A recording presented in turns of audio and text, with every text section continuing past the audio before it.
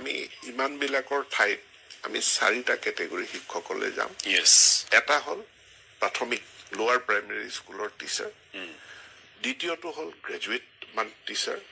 মানে upper primary তৃতীয়টো হল graduate teacher চতুৰ্থটো হল post graduate teacher শিক্ষকসকলৰ কোনো প্ৰমোশনৰ সুবিধা নাই এতিয়া আমি প্ৰস্তাৱ কৰিছো যে শিক্ষকসকল যদি নিযুক্তি পাইছে তেওঁ এলপি টিচাৰ হিচাপে তেওঁ ইউপি টিচাৰলৈ প্ৰমোশন পাব পৰাৰ ব্যৱস্থা আমি কৰি আছো যিজন আপাৰ প্ৰাইমেৰী টিচাৰ তেওঁ হাই স্কুলৰ গ্ৰেজুৱেট টিচাৰলৈ তেওঁ প্ৰমোশন পাব পাৰিব provided তেওঁৰ ৰিকুইজিট কোৱালিফিকেশন আছে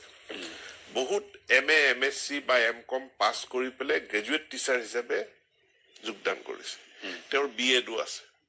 এটাকে তেখেতৰ যেহেতু মাস্টাৰ্স ডিগ্ৰী আছে so he or she will be eligible to be promoted to PGT গতিকে PGT টিচাৰৰ ৰিক্ৰুটমেন্টত ডাইৰেক্ট ৰিক্ৰুটমেন্টটো থাকিব প্ৰমোশনাল ৰিক্ৰুটমেন্টটো থাকিব প্ৰমোশনাল ৰিক্ৰুটমেন্ট 20% হ'ব ডাইৰেক্ট ৰিক্ৰুটমেন্ট 80% হ'ব এইবিলাক কথা মই তেওঁলোকৰ লগত আলোচনা কৰিম গতিকে আমাৰ অন্য কৰ্মচাৰীৰ ক্ষেত্ৰত যেটো প্ৰমোশনৰ সুবিধা থাকে হেতু আমি শিক্ষকৰ ক্ষেত্ৰত প্ৰমোশনৰ সুবিধাটো আমি ইন্ট্ৰোডিউস কৰিব বিচাৰিম